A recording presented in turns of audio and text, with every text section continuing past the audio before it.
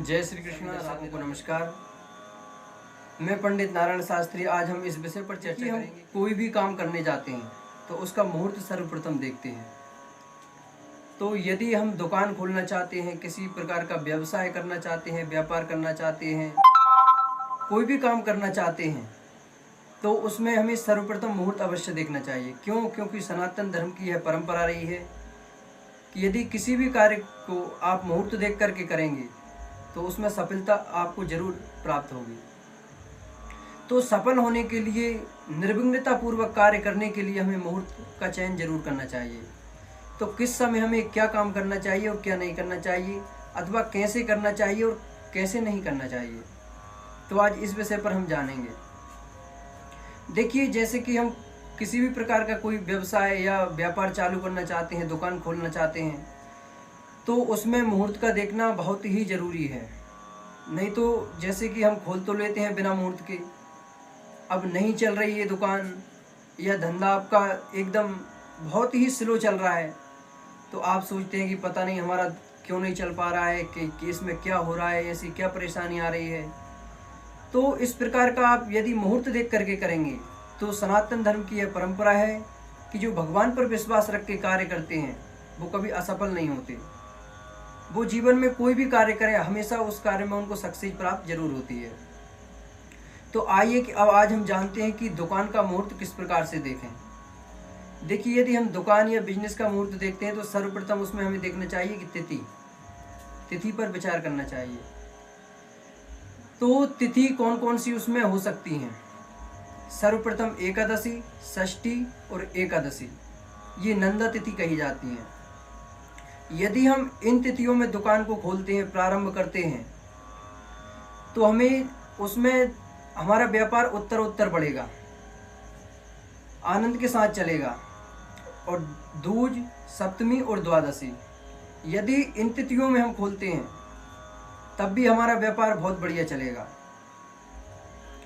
और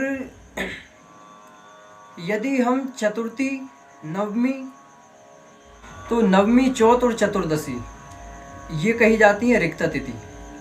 यदि इन तिथियों में हम किसी भी प्रकार का कोई भी व्यवसाय प्रारंभ करते हैं, कितना भी बड़ा धंधा हो या छोटा धंधा हो, कोई भी आप यदि नवमी, चौथ, चतुर्दशी इन तिथियों में प्रारंभ करेंगे तो आप कभी भी सफल नहीं हो सकते। तो हमें चाहिए कि नवमी, चौथ, चतुर्दशी इन रिक्त तिथियों को छोड़ करके, देखिए इन तिथियों का नाम ही रिक्ता है, इनमें जो भी कार्य किया जाता है उसका कोई परिणाम नहीं आता है, लेकिन जिस प्रकार से आना चाहिए उस प्रकार से नहीं आता। तो हमें चाहिए कि इन तिथियों को छोड़ करके अन्य तिथियों में हम करें। तृतीया, अष्टमी और त्रयोदशी ये विजया तिथि गई हैं। तो यदि हम इन तिथियों में करते हैं, किसी भी प्रकार का कोई भी काम हो, हमेशा हर काम में विजय होगी। तो आज हमने यह जाना कि किस मुहूर्त में कौन सा काम करना चाहिए, किस तिथि में करना चाहिए, किस बार में करना चाहिए।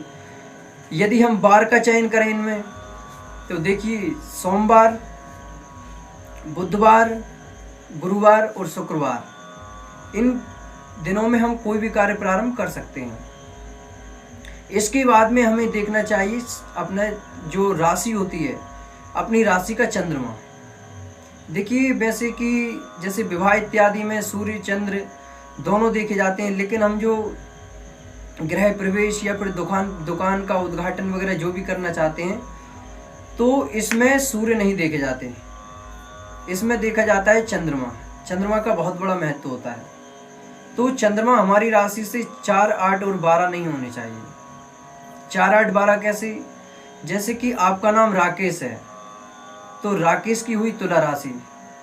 अब तुला से 4 कौन सा हो रहा है? तुला, वृश्चिक, धनु, मकर। तो मकर राशि में आपको, यदि मकर राशि का उस दिन चंद्रमा है तो बिल्कुल भी नहीं करना है।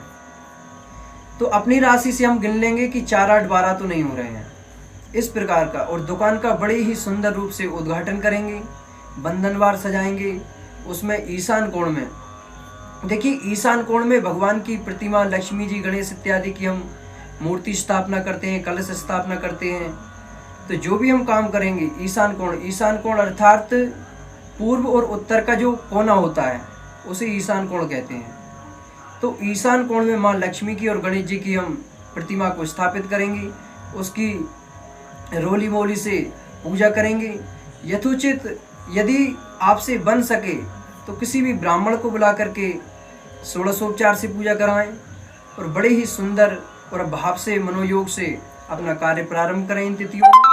सभी के लिए जय श्री कृष्ण, जय श्री राधे।